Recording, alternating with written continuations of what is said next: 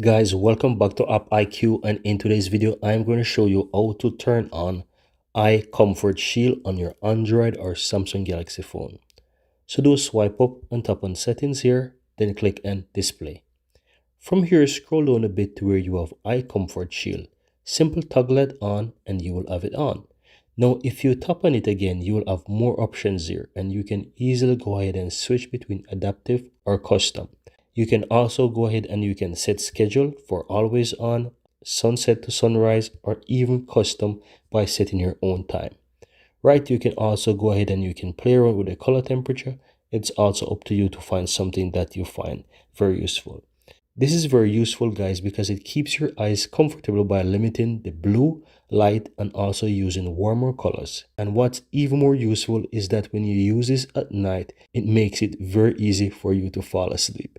And as you know, for many people, before they go to sleep, their phone is the last thing that they use.